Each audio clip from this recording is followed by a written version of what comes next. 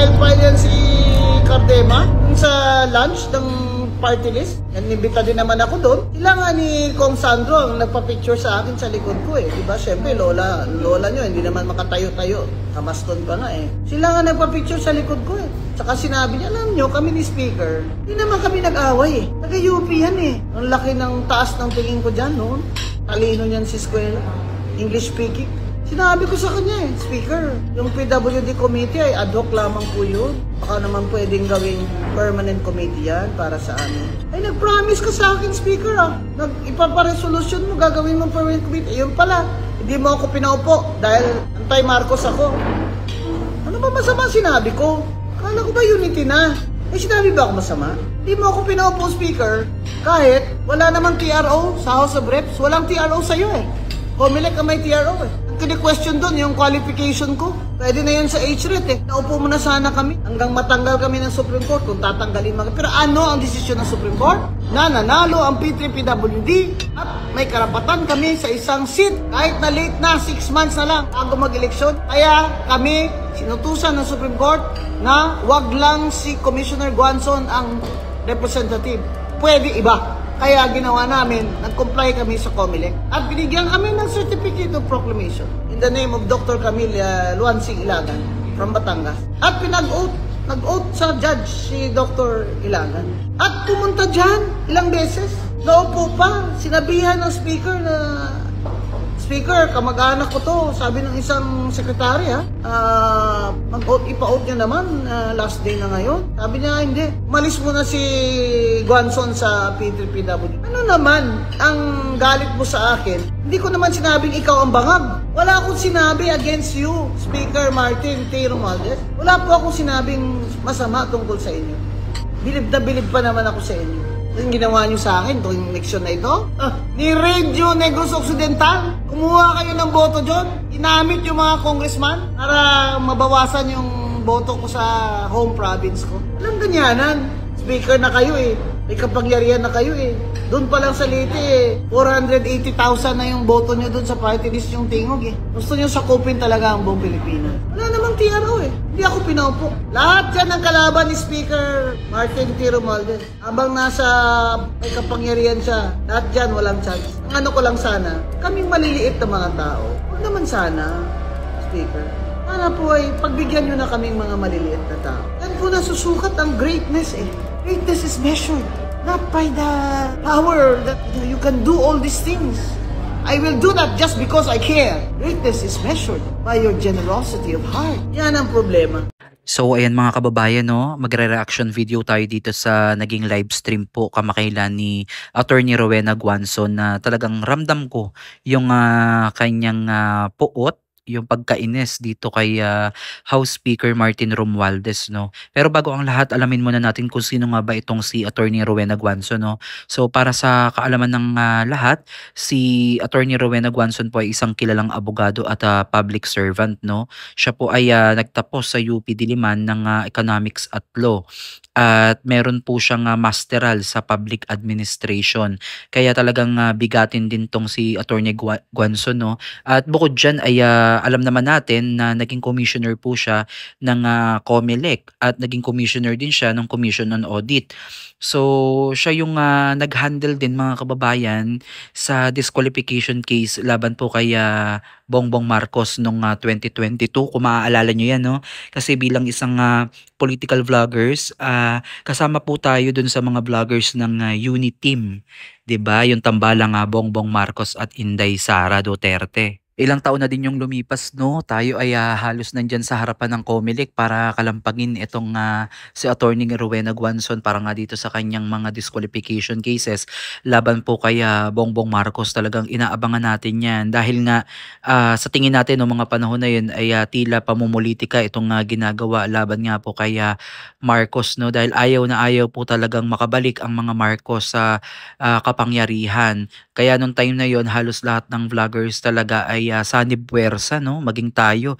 Halos araw-araw tayong nandiyan sa COMELEC 'no, umulan umaraw hanggang gabi kinakalampag natin 'yan at patuloy tayong nagbabantay sa mga resulta o ano pa yung mga ihahain na disqualification cases laban dito kay Bongbong Marcos. So sa aking pakiwari mga kababayan, siguro kaya ganito kahigpit si House Speaker Romualdez dito kay Attorney Rowena Guanzon ay dahil siguro doon sa 2022 election no, na nangyari at naging isang malaking kritiko itong si Attorney Guanzon laban dito sa Marcos administration. Kaya siguro ngayong nasa kapangyarihan na si House Speaker Romualdez ay ito yung paraan niya para bigyan siguro ng leksyon itong si Attorney Guanzon.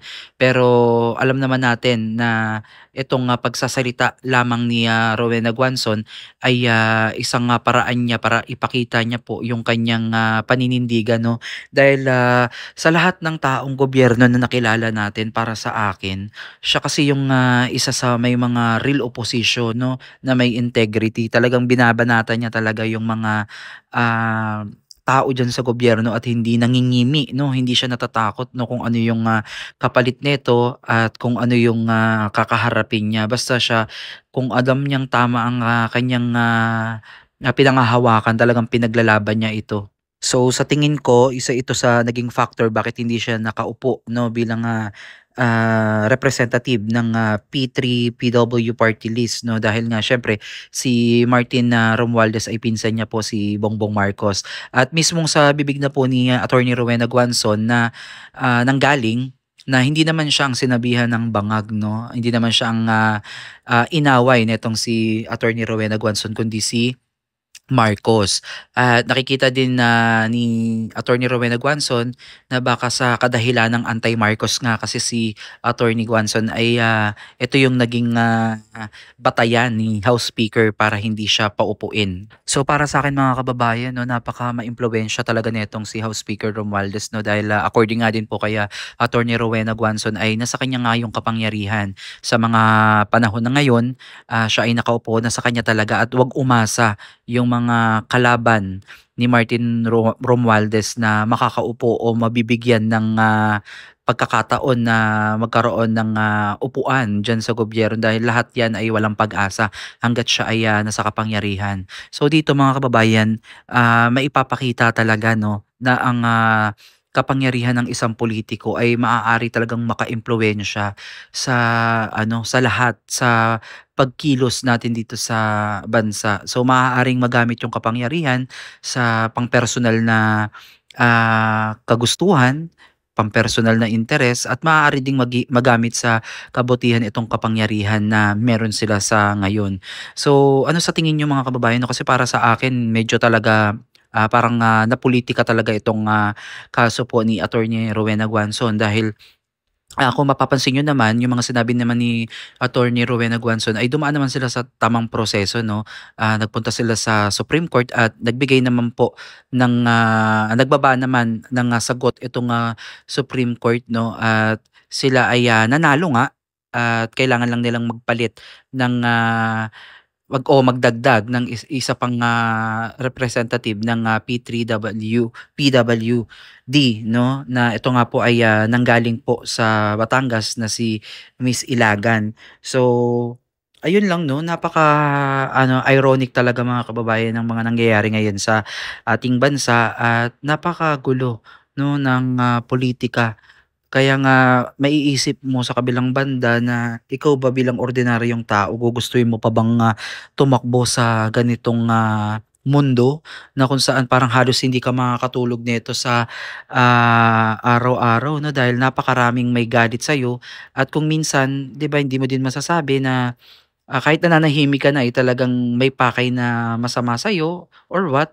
So dito natin masasabi no na wala ka talagang makikitang tunay na kaibigan pagdating dito sa politika. So marahil kaibigan mo sila ngayon pero sa kabilang araw o kinabukasan, sa susunod na pagkakataon ay sila na yung magiging mortal na kaaway mo. So dito sa politika, sa aking palagay wala kang makikitang tunay na kaibigan dito dahil maaaring mag-iba ang ihip ng hangin. So hindi ko naman nilalahat, siguro may 1% na talagang nananatili ang kanilang pagkakaibigan, pero majority talaga nasisira yung matagal ng pinagsamahan. Kagaya na nga lang ng sinuportahan natin noong 2022 itong Uniteam, si Bongbong Marcos at si Inday Sara, na akala natin nagiging okay na at mag-uumpisa na ang talagang unity sa ating bansa, pero eventually halos na-divide tayo, kabaliktaran yung nangyari, no.